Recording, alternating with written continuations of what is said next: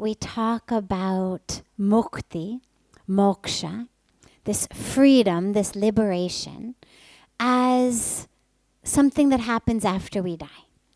In the Hindu tradition, in the Indian spiritual tradition, there's a lot of emphasis placed on after death, how do we attain liberation?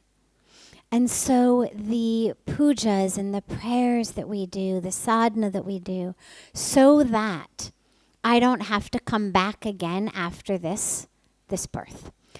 I won't go into the whole teaching of the whole law of karma, but really in short, we keep coming back in bodies as long as we have a karmic bank account, either positive or negative, as long as we have karmic things we need to work out, we're going to keep coming back in the body to work them out.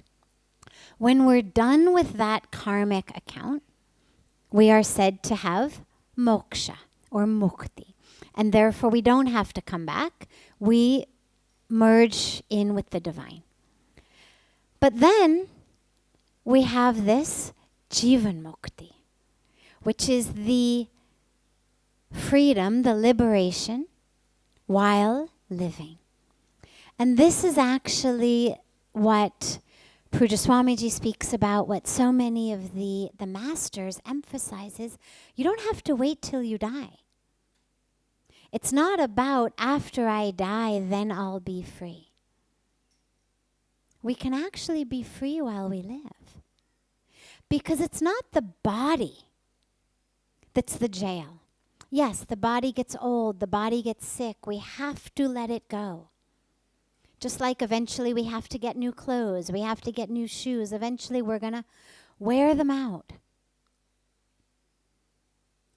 But the bondage that we experience, that sense of being bound, that sense of being chained, it's not from the body. It's the mind, it's the desires, it's the ego. That's what keeps us in jail. Otherwise, as I was saying last night, the body is a source of great joy. Our eyes show us sunsets. Our hands hold our loved ones.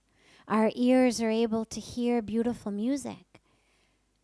The body is not a source of bondage unless the mind is keeping us in bondage.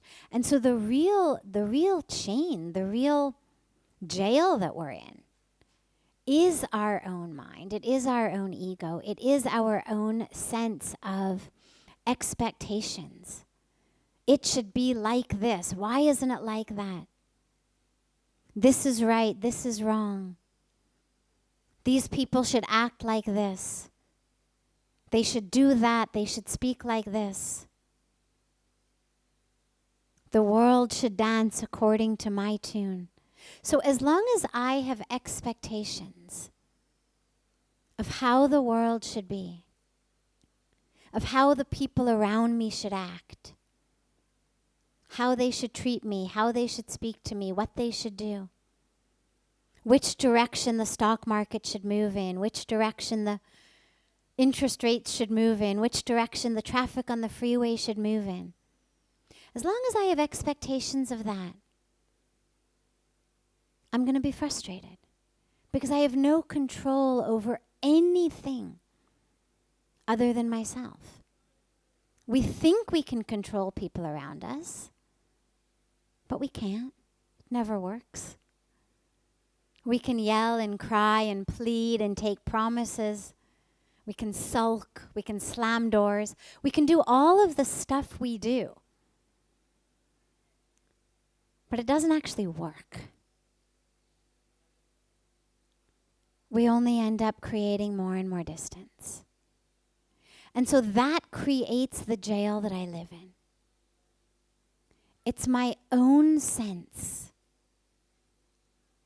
of what's going on in the world. It's my own reaction to the world.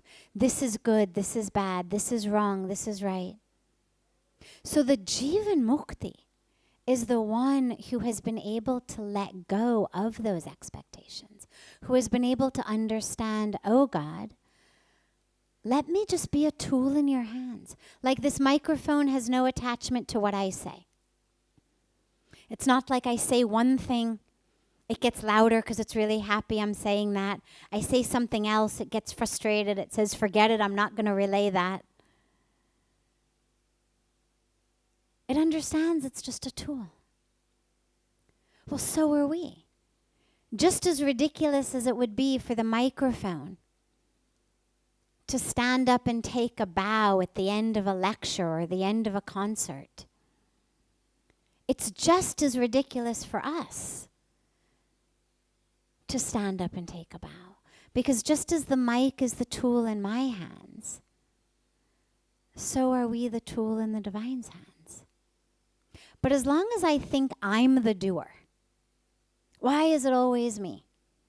Why do I always have to be the one? Or if it weren't for me, I'm the one who made that happen. I'm the one who does this. I'm the most important.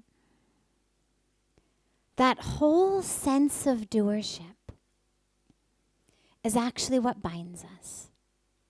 And when we're really able to just be a tool in God's hands, when we're really able to just say, okay, God, not my will, but your will. Because the truth is we don't even actually have an alternative. Saying, no, it must be my will, doesn't get us anywhere anyway. It's not like the universe dances according to our tune anyway. So the Jiva Mukti says, okay, God, use me.